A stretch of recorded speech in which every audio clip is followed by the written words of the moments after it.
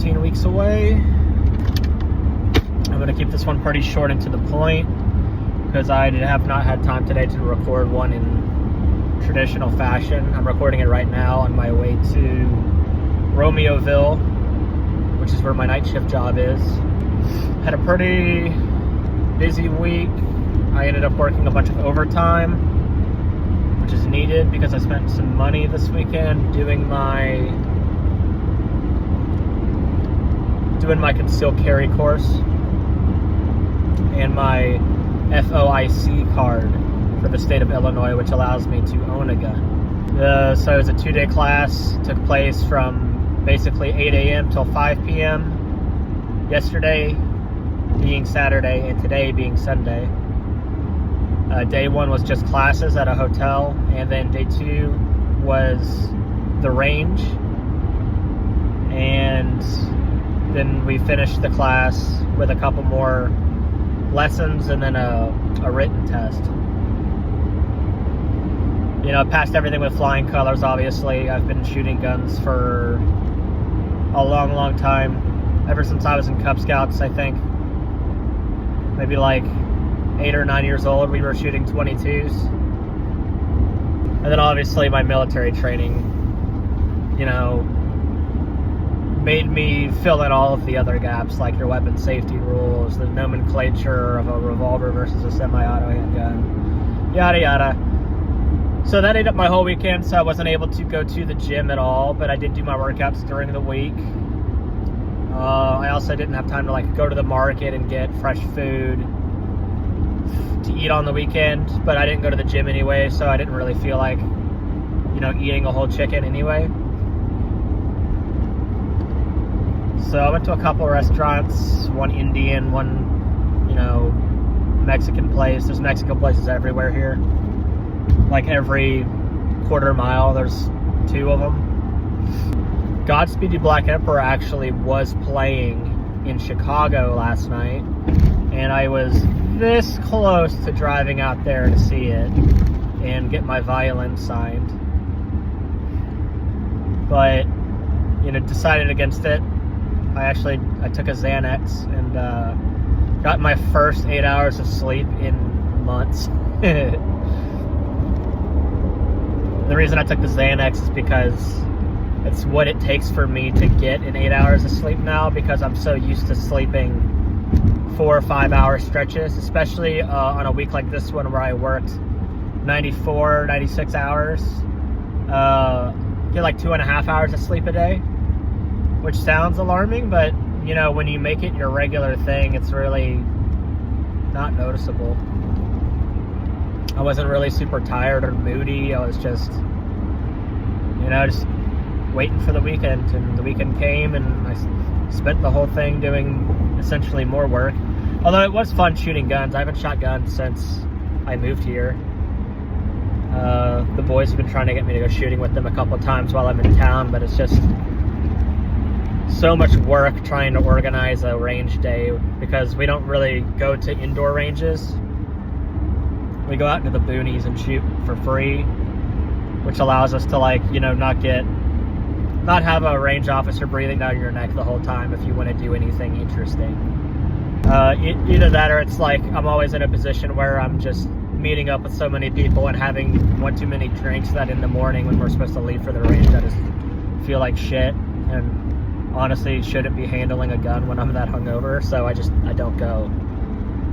But I think in like 45 days I should have my FOIC card and my concealed carry permit, so I can go to some ranges here now, and maybe I'll start doing that every couple of weeks. I really need to see, I don't know how I'm supposed to check for this information really. Maybe like the state of Illinois has like a wildlife, you know, preservation department or whatever that has some like readable information about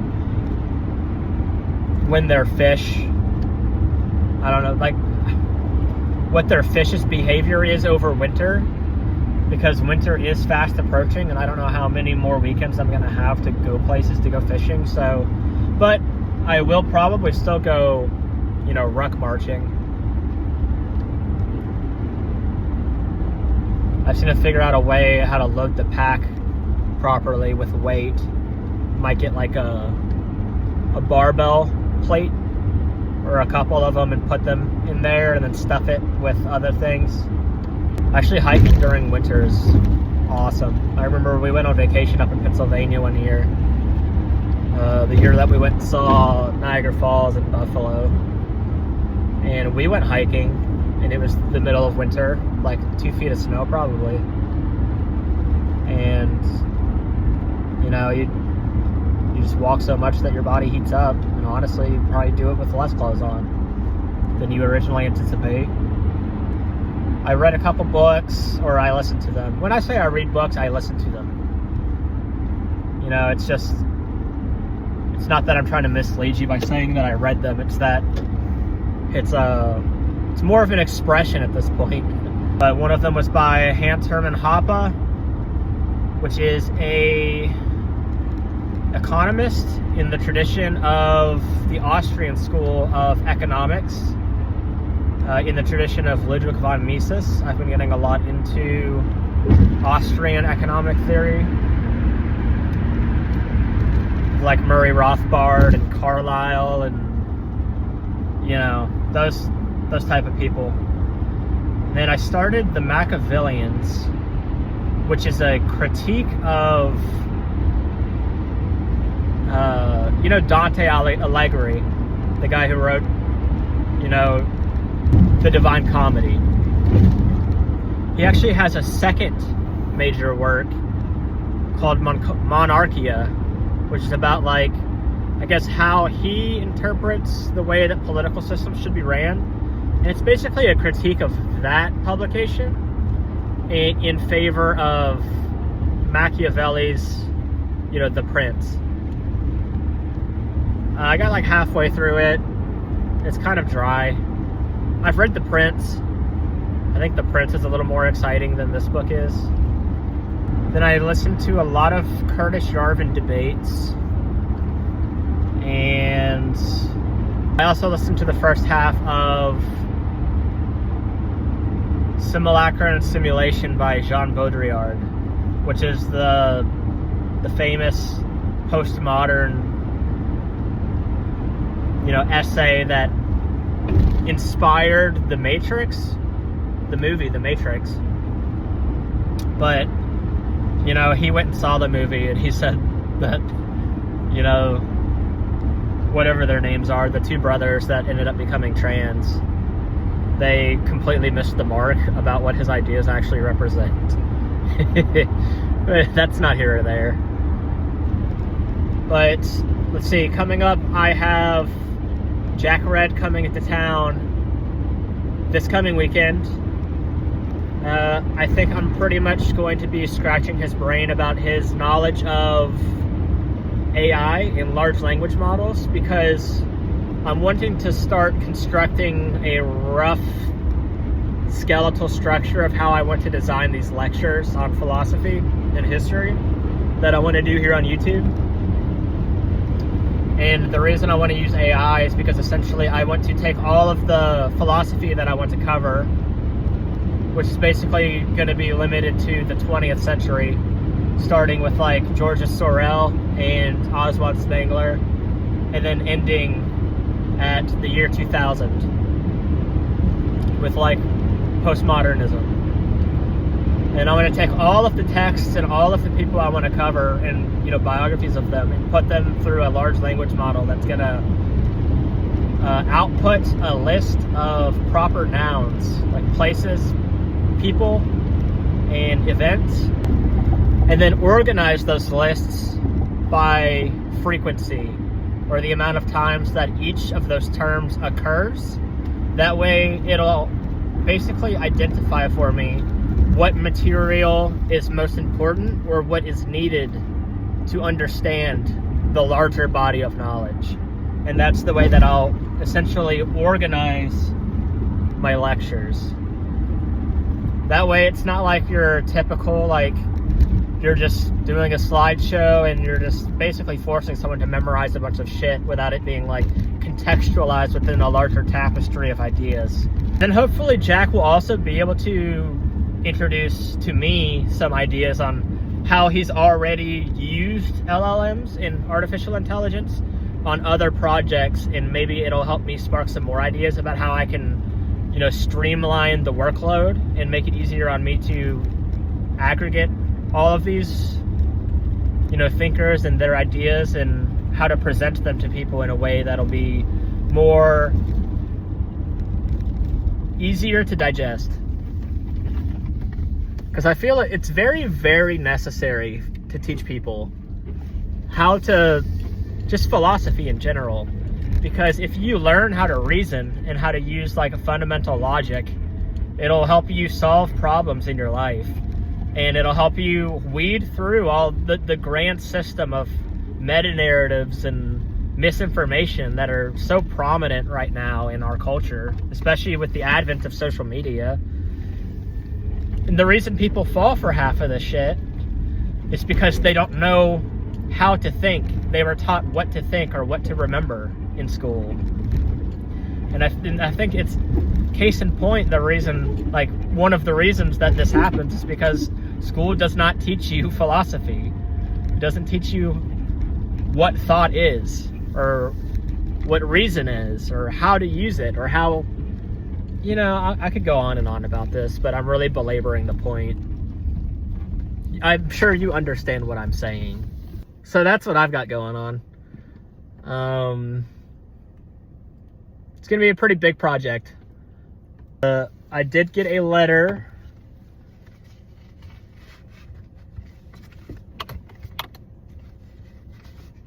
from Mom, which, if you include me being in boot camp, this is probably my 100th letter that I've gotten from Mom. And if you check the scoreboard, I don't think Zach or Jake have received one letter from Mom ever. I guess I'm the favorite. And then I also ordered a collection of poems by Gabriele D'Annunzio, which is this guy. And who he is he was basically a veteran of the First World War on the side of Italy. And he became a very prominent poet. And this is a book of poems in English with the original Italian too, which I didn't even know it was going to include, but that it's very helpful. It's going to help me learn my Italian. And then I guess following the end of World War I, in the way that territories were reconstructed, right? They lost part of Italy, essentially.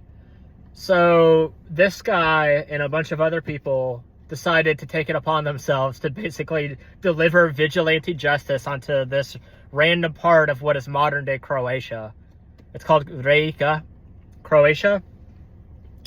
And they basically took it by force, and they established what's called the Free State of Fiume, which is like an anarchic paradise for libertines. It had a bunch of people from all over the world came, artists, poets, you know, and eventually Italy during World War II, I believe, came and took it back. I might be wrong about that, but look into it. It's a very interesting topic.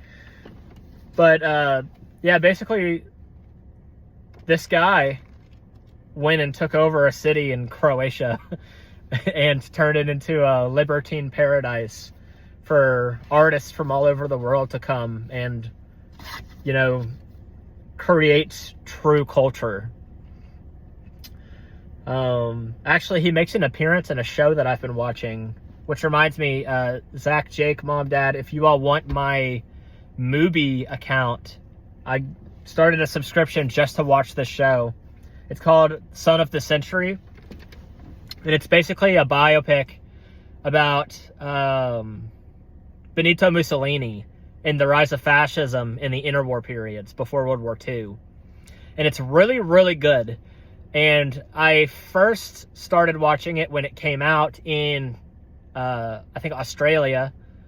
But it wasn't set to release in the United States at all because the producers felt that, like, you know, having something with the rise of fascism was too relevant to today's politics, which is completely bullshit. So it first came out in Australia and it wouldn't be released in the United States.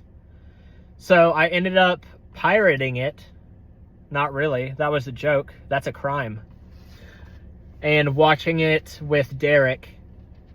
And then the other, like, it was like a month ago, maybe a couple weeks, I was scrolling through Facebook before I deleted it, and I saw that Mubi, it's kind of like a avant-garde, like, movie service, not like your typical like Netflix or Hulu.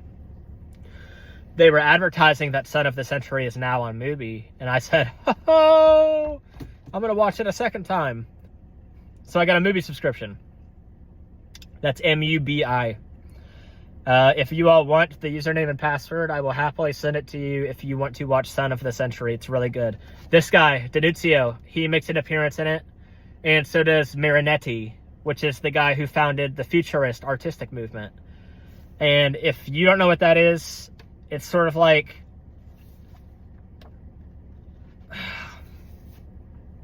yeah, fuck it, I'll just say it. Marinetti is this Italian guy who also fought in World War I. He was a part of a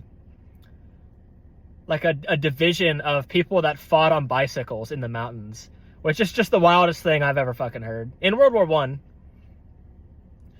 And then during the turn of the century, with the automobile becoming like a normality and people could buy them commercially, he was driving an automobile and he swerved to miss hitting somebody and crash his automobile. And in that moment, it like inspired him to create this new artistic movement called Futurism, which basically identifies contemporary society as being well too concerned with antiquity, or the ideas of like the Greco-Roman period with like Romanticism and everything that came from that. And it seeks to create, or to like steer society's and culture's interest into the future, into what's possible, and not to relegate themselves on what has already been. And it's very, like, if you just look up examples of futurist artwork, you've already seen it. It's very similar to like Dadaism or a little bit of Surrealism, but Marinetti's also in Son of the Century, and so is D'Annunzio, because all of these ideas were merging together, you know, in the interwar periods in Italy, right before World War II, which is what the biopic covers, and it's amazing. You should 100% watch it. But that's all I have for you. With Jack being in next weekend, I'm not certain if I'm going to be releasing an episode or not, or if I'm going to have time to. But tune in next week, maybe? Question mark? Peace out.